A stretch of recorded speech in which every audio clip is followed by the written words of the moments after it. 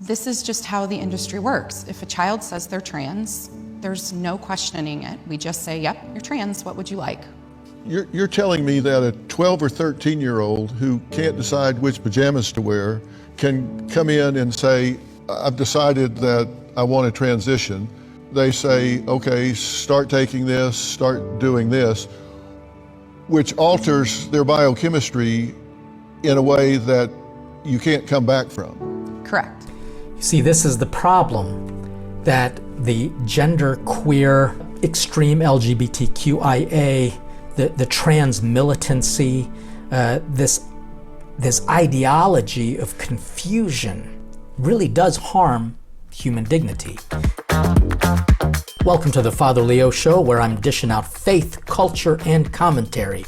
And in this episode, we're going to talk about a new declaration that came from the Vatican called Dignitas Infinita. And we got to ask ourselves, is Pope Francis anti-trans? Well, before we jump into my commentary about faith and what it means to have infinite dignity, I want to say thank you to all of our supporters. If you haven't done so, please make sure you hit like, subscribe, and make sure you offer your comments, because they are very helpful in promoting this episode and our Father Leo Show on the YouTube algorithms. And please, if you haven't done so, make sure you consider subscribing to our Patreon community, where with only $5 each month, you get access to tremendous informational and formative content, plus a lot of great perks. So let's just jump right into it now with my comments regarding faith and the infinite dignity of the human person. And let's ask if Pope Francis is anti-trans.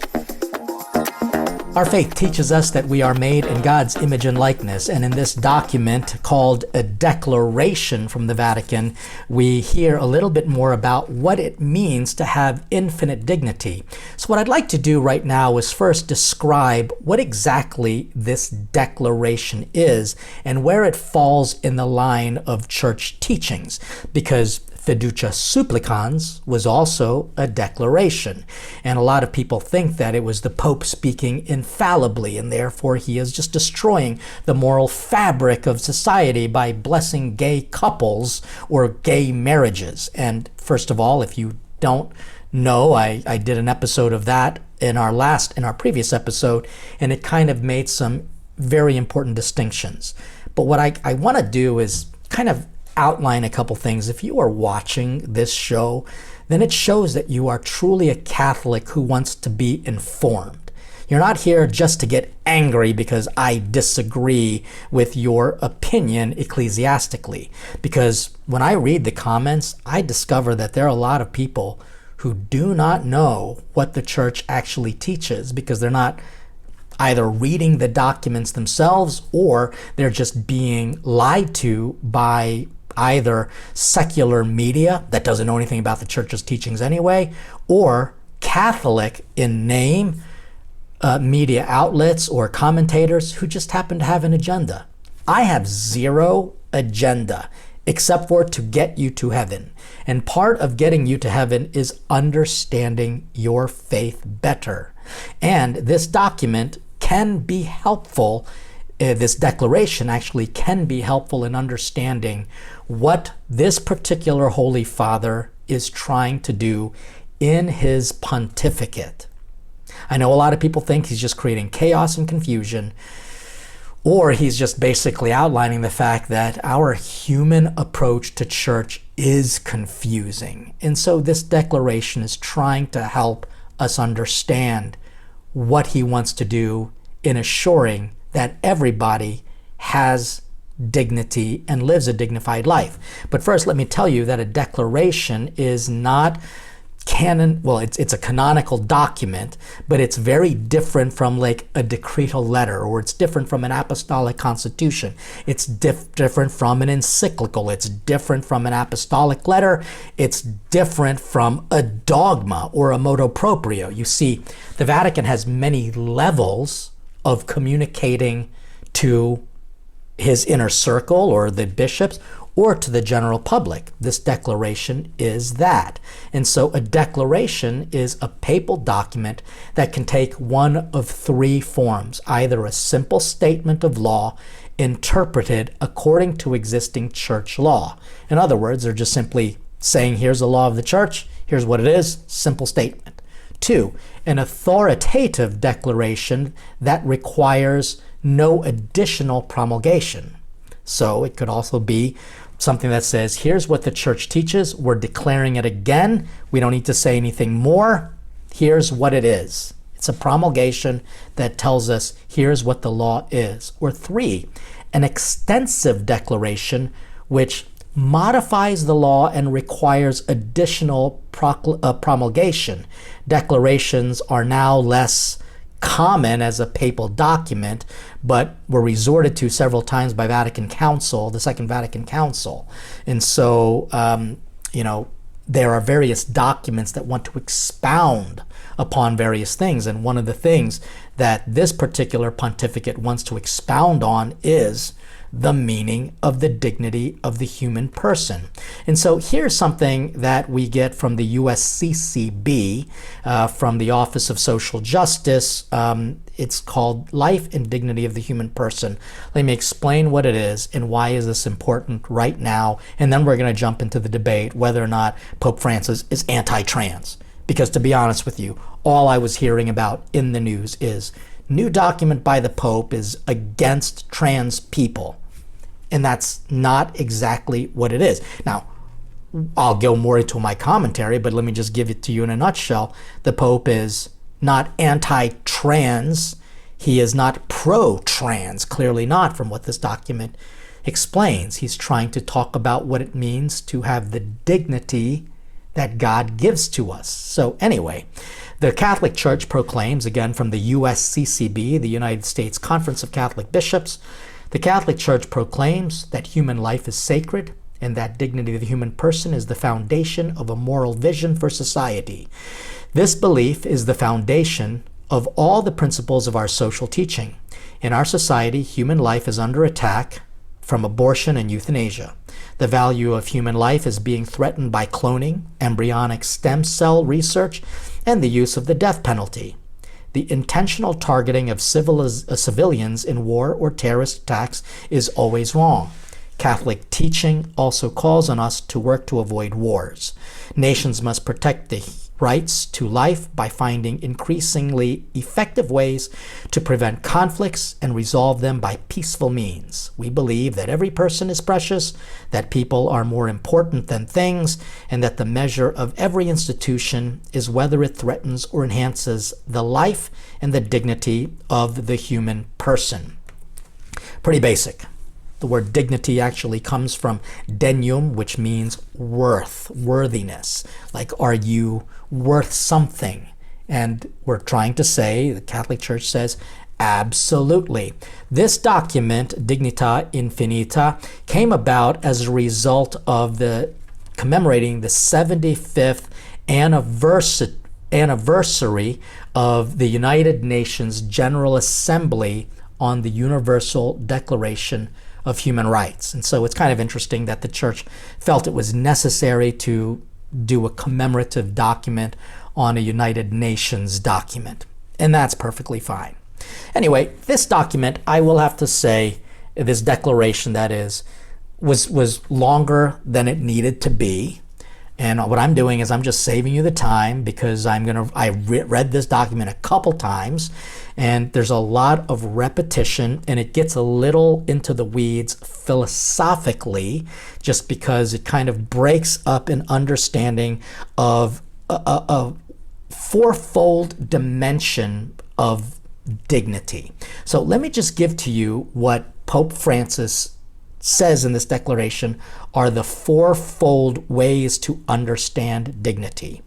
The ontological concept of dignity, which basically means the very essence of a thing, that belongs to the person as such, simply beyond any circumstance in which a person might find themselves. That's the ontological dignity.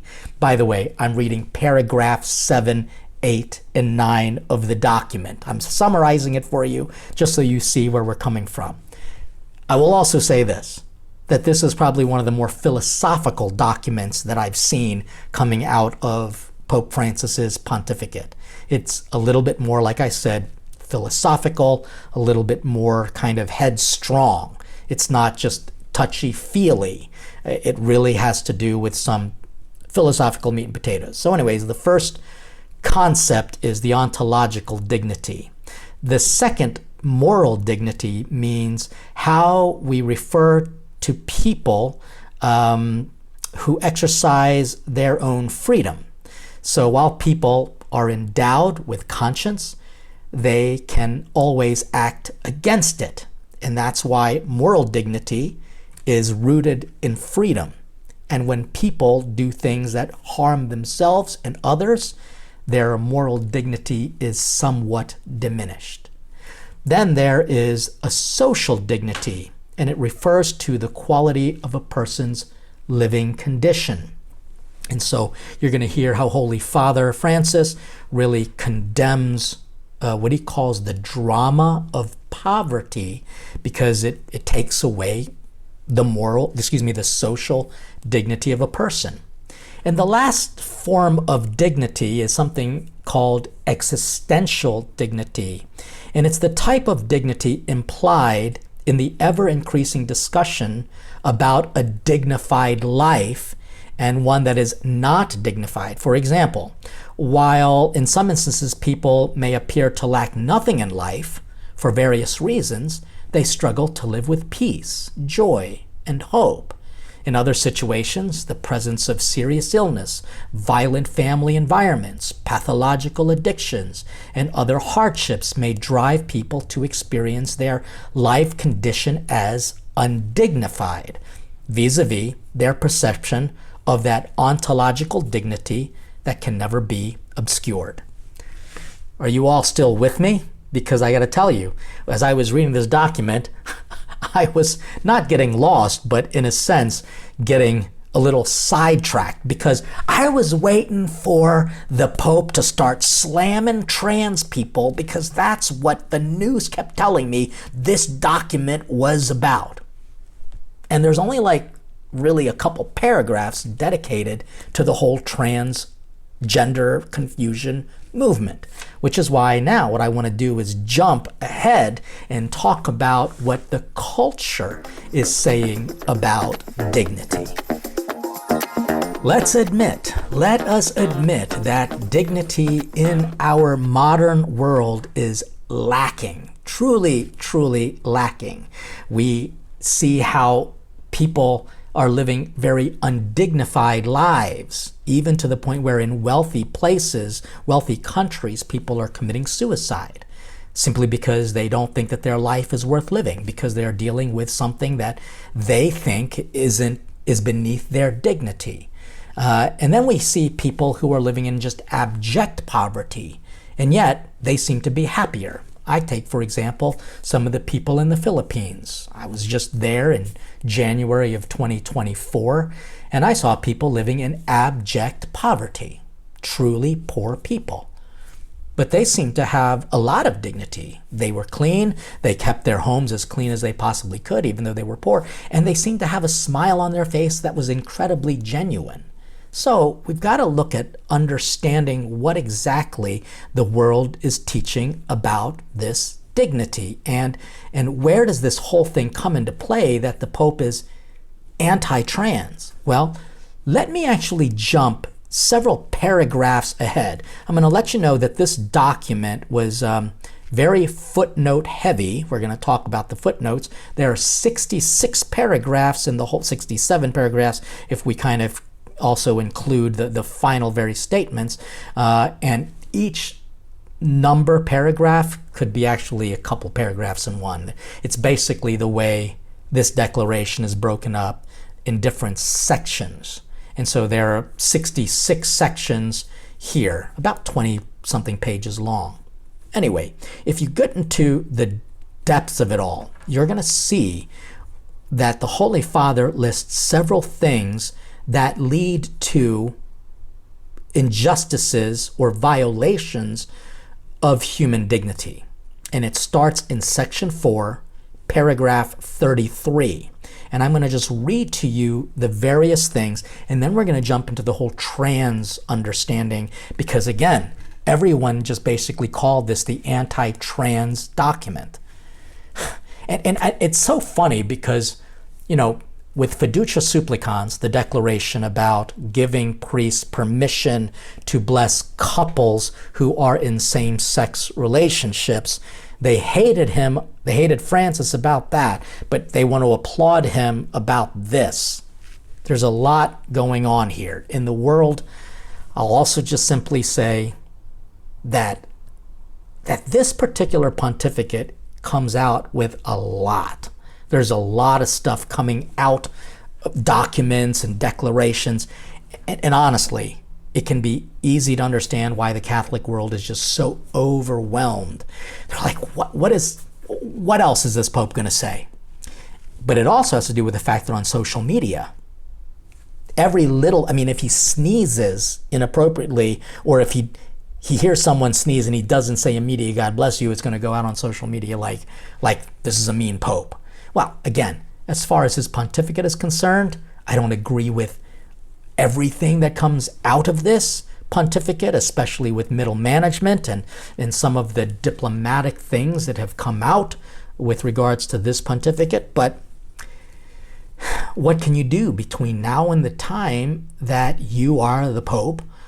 It is our jobs as Catholics to actually hear what the Pope has to say. And in this case, while it is a very somewhat repetitive document and a little too philosophical for maybe a general audience, he has some very good points, including this one that comes in section 4, paragraph 33 and following, where he says, here are the things that cause violations to human dignity. 1, the drama of poverty. 2, war, which of course is sometimes rooted in trying to take advantage of people. Those things are not necessarily separate. In fact, none of these are separate. 3, the travail of migrants. Human trafficking. 4. 5, sexual abuse, of course. 6, violence against women. 7, abortion. 8, this is a surprising one, surrogacy. This is one that really is going to get a lot of gay couples very angry at the Pope, because gay couples who want to have a baby are seen as people who just think children are a commodity, a form of a commercial good, and they are not. They are supposed to be the product of love coming from a union with a conjugal union bound in love. But we know that people just want to have babies because it will complete their relationship, even if they didn't actually participate in making it. So the whole in vitro fertilization, that's a big issue. The whole idea of buying a woman's body just so that you can inseminate her and she can give you the baby, as say like a couple who doesn't have a baby, whether it be hetero or homosexual. Or even worse, this idea of killing a baby simply because it's not the kind of baby that you want. This is the problem with surrogacy. And frankly, I'm really glad that this Holy Father is bringing it up, because it is a serious moral issue and a violation against the dignity of the human person. Anyway, let's continue. 9, euthanasia and assisted suicide. Again, I mentioned at the top of the hour, at the top of the show, how there's a young woman, I think in Sweden, who just basically says that this date is going to be her last on earth because she suffered from severe depression, or a depression that was severe enough that she said, if this person doesn't take care of my problems with depression, I'm just going to commit suicide. And that really breaks my heart, because it is a violation of an existential dignity that this person has. Anyway, 10, the marginalization of people with disabilities. This is certainly connected to people who have Down syndrome, and they're, so many more times more likely to be aborted at birth, even though it might have been misdiagnosed. And so again, I'm grateful that the Holy Father is bringing up what is harming the human dignity of a person. But then, in paragraph 55, he talks about gender theory, and in paragraph 60, sex changes. But then he also talks about digital violence. And those are like the 12 or 13 things that harm human dignity. But man, I tell you, this world is just absolutely flipping out about it. But I'd like to play a clip now from Dr. So I'd like to play a clip now on Dr. Phil, which kind of talks about why this dignity of sex reassignment, sex change operations, and gender theory and foisting on young children, how this is really foisting on young children gender confusion is really against church teaching. So check this out. A number of things. We started to see patients who were experiencing very significant medical harms, being rushed to the emergency room with lacerations requiring stitches. We had patients contact us who were begging to have body parts put back on within months of having surgeries. And the thing that kept happening is every time I would raise concerns and ask about the protocols and ask about the guidelines, this is just how the industry works. If a child says they're trans, there's no questioning it. We just say, yep, you're trans, what would you like? You're telling me that a 12 or 13-year-old who can't decide which pajamas to wear can come in and say, I've decided that I want to transition, and with no more than a couple of hours or 2 visits, not even a couple of hours, 2 visits, they say, okay, start taking this, start doing this, which alters their biochemistry in a way that you can't come back from. Correct. And you say you saw dramatic increases in teenage girls that had no previous history of gender distress, and they suddenly declared themselves transgender and demanded immediate testosterone blockers. Yeah. You see, this is the problem that the gender queer, extreme LGBTQIA, the trans militancy, this ideology of confusion really does harm human dignity. And if people don't see that, well, then maybe it takes a declaration from the Catholic Church, and particularly this particular Pope, who a lot of people think is the liberal Pope. Granted, he might be liberal, but he also has at least a moral fabric that was willing to write this declaration and tell the world that if you think that sex changes and gender theory are in line with his pontificate, you are wrong. So, thank God for this declaration. I hope that this satisfies some of the more conservative-leaning folks that think that this Pope is just out to destroy the church. I think what he's trying to do is remind people that everyone has human dignity. In fact, he's going to call it an infinite dignity because of the fact that we are one, we are rooted in Christ. In fact, he talks about how there is a real reason why we can have dignity. And it's one, because we have the indelible image of God stamped into our being. That 2, Christ elevates our human dignity. And 3, we have a vocation, a call to fulfill our dignity, which is why I want to make my comments now on this document. And I'm just going to offer my very honest comments here, because I think that we are becoming a world that's not very dignified. My comments on this document is that it's just one of a ton of things that's just coming out of this particular papacy. And again, some of it is incredibly helpful. Maybe some of it might be a little too heady. And it is it's a very kind of interesting thing that there are going to be some people who are just so against this particular Holy Father that they just they're going to have something negative to say. For example, I saw this. This came from X. This was from someone called Controversia Catholica, and they talk about how St. Robert Bellarmine utterly destroys Dignitas Infinitas heresy on human dignity, because they think that this is a heretical document, because St. Robert Bellarmine says, the first man, as well as all of us with him, offend God, who is of infinite dignity, which just happens to be the name of this document. And after that offense was committed, he required infinite satisfaction.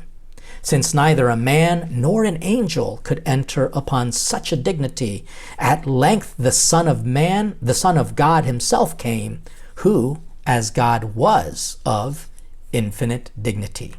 So, I get it.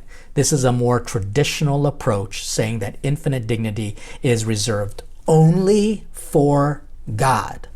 And that is true.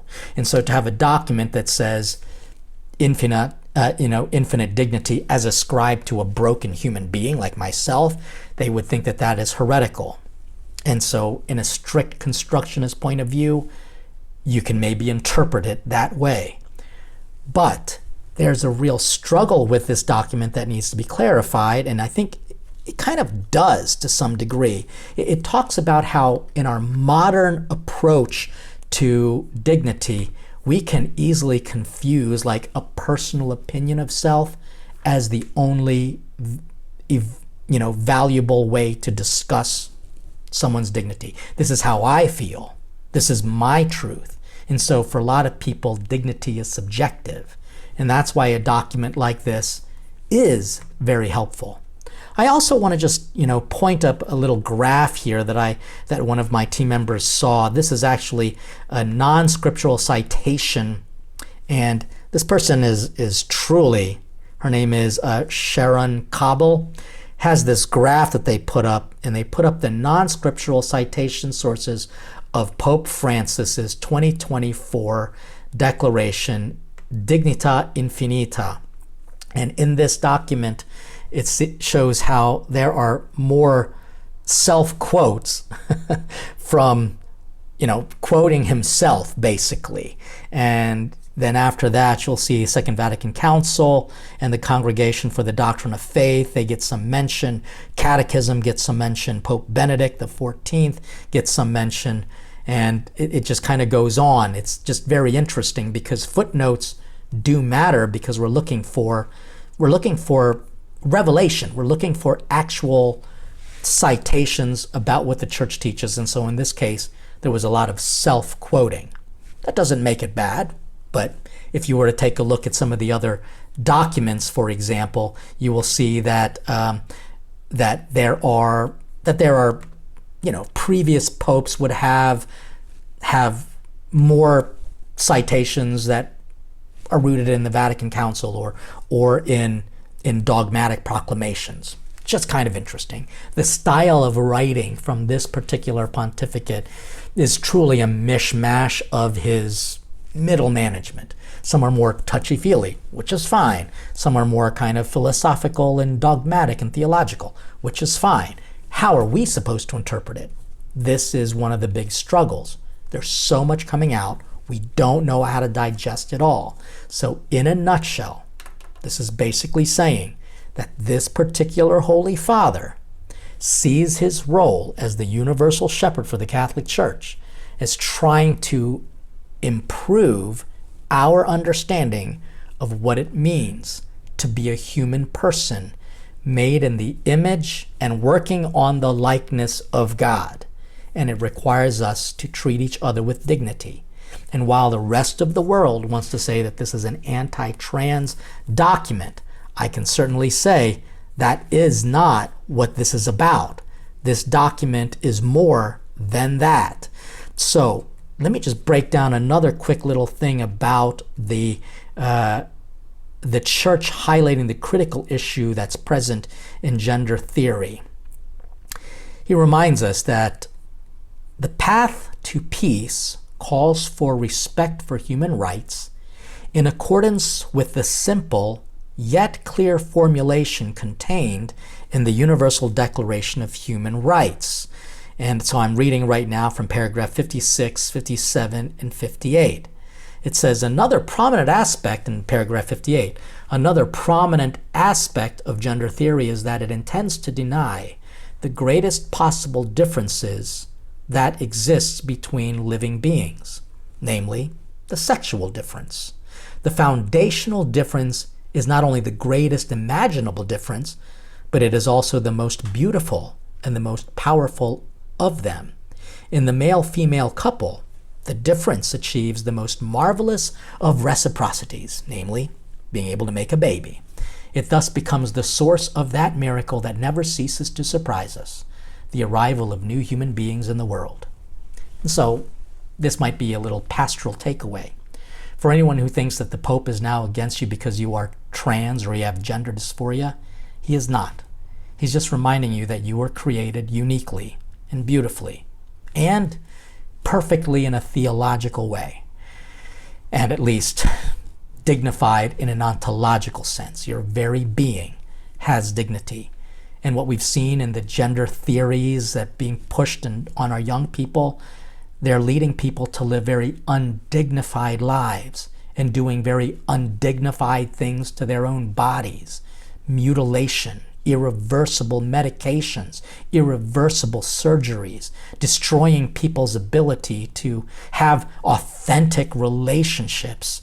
And even if they were called to be a parent, they can't even have a child of their own anymore, because we have replaced the dignity of a human person with the ideologies of confusion. So this document, I can say, it's worth reading. But if you watch the show, you don't have to read all of it. But I wanted to give you some of the key takeaways so that you can kind of approach your understanding of this Holy Father as maybe someone you might not agree with all the time, but at least he is standing up for the dignity of every person, no matter what their background might be. And I pray, as this document tells us, that in order for you to truly have dignity, you have to have freedom. And freedom doesn't mean you can just do whatever you want to do. No. True freedom means that you always do what is good, beautiful, and true. And I pray to God that we do as much as we can to eliminate anything that violates the dignity of the human person until we are joined to the infinite dignity to God himself in heaven. Thank you for watching. I hope that this was helpful to you. Again, I don't want to have a show that's just rooted in controversy. I know that there are a lot of people out there in the Catholic media world that just wants to make you mad. That's not me. I want to make you at least more thoughtful and aware of the nuances of the Church's teachings, including what a declaration is versus what a dogmatic proclamation is, and then also helping to parse out all of the negative press or the biased good press. All of it is biased, unnecessarily biased about what's being said about this particular pontificate. Doesn't mean you have to like it. Doesn't mean you have to agree with it. But it does remind you that as a Catholic, we should be informed so that we can have a properly formed conscience, and hopefully with a properly formed conscience, promote the dignity of the human person. Please make sure you like, subscribe, share, and offer your comments. It truly does help us, as well as I encourage you to support us on our Patreon community so that we can continue to dish out faith, culture, and commentary. God bless you, and stay hungry for God.